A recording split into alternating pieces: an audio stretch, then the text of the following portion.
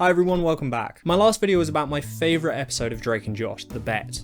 An episode that I think is a strong contender for the very best episode of the series. Now I still stand by what I said about Drake and Josh being a great series, but like all sitcoms, while the show had a lot of really good episodes, it still had a number of them that were trash. Well, okay, maybe they weren't trash, they just weren't very good. For example, the first season of Drake and Josh, while not being terrible, is definitely a lot blander and a lot rougher around the edges than the later seasons. I think it's true for Nickelodeon sitcoms as a whole, that while they can be a lot better than you might otherwise expect, the time crunch that comes with producing a whole season of a show can often bring with it some less than stellar episodes. And that got me thinking. I've mentioned what I think the best episode of Drake and Josh is, but what's the worst episode? And what makes it so bad compared to all the others? And so today I'm going to take a look at what many people consider to be the worst episode of Drake and Josh and see if it really is that bad. Now good and bad are of course very subjective terms, and it's impossible to determine for certain what any show's worst episode is. So I thought instead of just basing worst episode on my own personal opinion, I'd instead base it on the opinion of thousands of strangers on the internet. So I found this really useful site called Rating Graph, which you can use to see graphs of user ratings of various TV episodes. For example, you can look up a TV show and get the user ratings for every episode. And with that you can get an idea of which seasons people liked and didn't like, where a show gets good, and the highest and lowest rated episodes. Looking at the page for Drake and Josh, it actually maintained a pretty consistent score over its entire run, slightly trending upwards as the seasons went on. The highest rated episode is season 4's Josh Is Done, and among the runners up are episodes I've already talked about like The Bet and Who's Got Game. There aren't really any episodes that have a super low rating, which I guess means that overall the show was really well received. The iCarly ratings show that the episode that people think was the worst by a long way was the Fred episode. Probably because people online just really didn't like Fred. You know, someone should make a YouTube video about that. Despite these mostly consistent episode scores, Drake and Josh does have a lowest rated episode, which is Little Diva, which has a 7.4. which is still pretty high actually. But according to the opinions of strangers online, that makes it the worst episode of Drake and Josh. And so to see if it really was that bad, I decided to watch season 2's Little Diva. So after the video diary introductions, the episode opens at the Premier Theatre where Helen comes to talk to the boys. Drake Parker. Hey Helen, looking prettier than ever. Oh, he beast. I'm sorry, who are you? Have I slipped into some alternate Drake and Josh timeline? Who is that?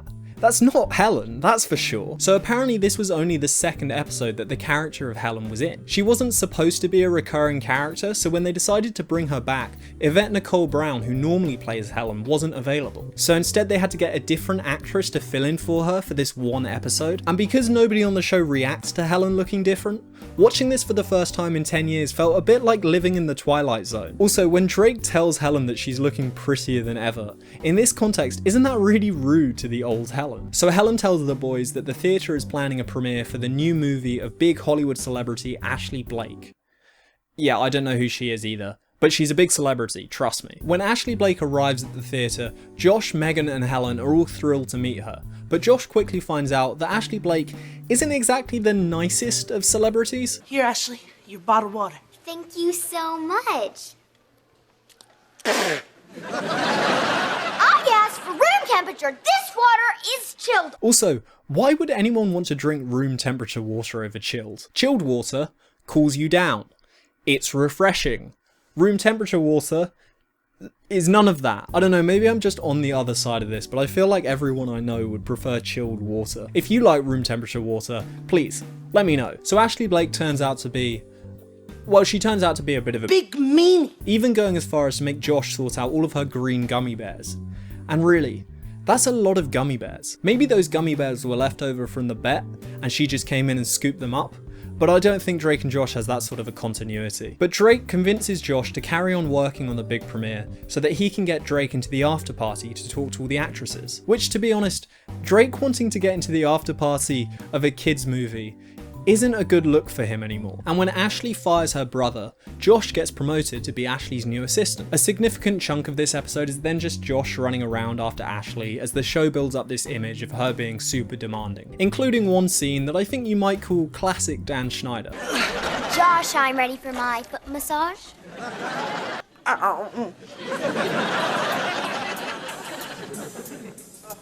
Remember, in between the toes. So that's something. Josh gets Drake to help him being Ashley's assistant under the promise that he'll get him into the after party. And then Ashley turns up at their house to boss them around some more, and she immediately becomes friends with Megan because they both share a common interest, which is making Drake and Josh's lives a living hell. But then when they're preparing to play a prank on the boys, Ashley has the least convincing accident I've ever seen on TV.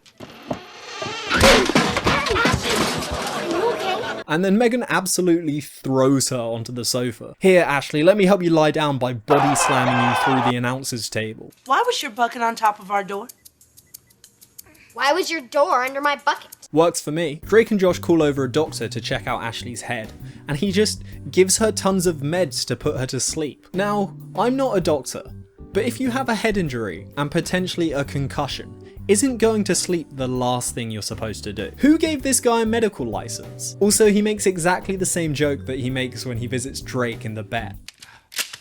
Here's your bill. $500? I put her to sleep.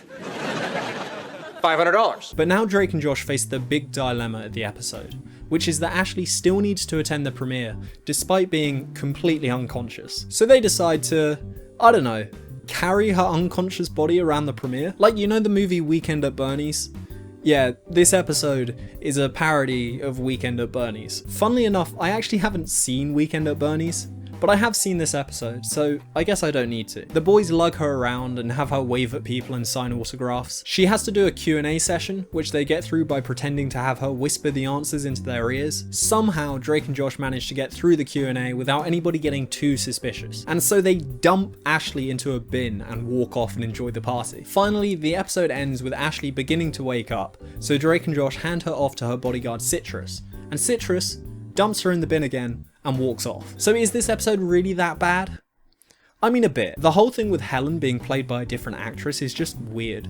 It really gives you this vibe that something is off, and I think whenever a show has you thinking too much about the way that it was made, rather than the plot itself, it's doing a bad job. Ashley Blake isn't really comedic, more just annoying, which definitely doesn't do the episode any favours either. The pacing is also kinda off. So much time is spent setting up how difficult Ashley Blake is, but then all the episode's problems are just resolved kind of rapidly. It's very similar to the Fred on iCarly episode in that they both spend so much time setting things up, only to resolve everything in like a minute. But most importantly, I think this episode really fails to deliver on the Drake and Josh format. In most episodes, and in quite a lot of sitcoms in general, Drake and Josh start out having a crazy scheme to get something for themselves. They inevitably cause their own undoing, and the episode ends with them having learned something from the situation. It's a tried and true sitcom format, but in this episode, none of that really happens. They do launch a scheme, but only when the episode's mostly over. And when it seems like things are gonna go wrong, they succeed, and then quite literally walk off. And there's something about that that just feels kinda,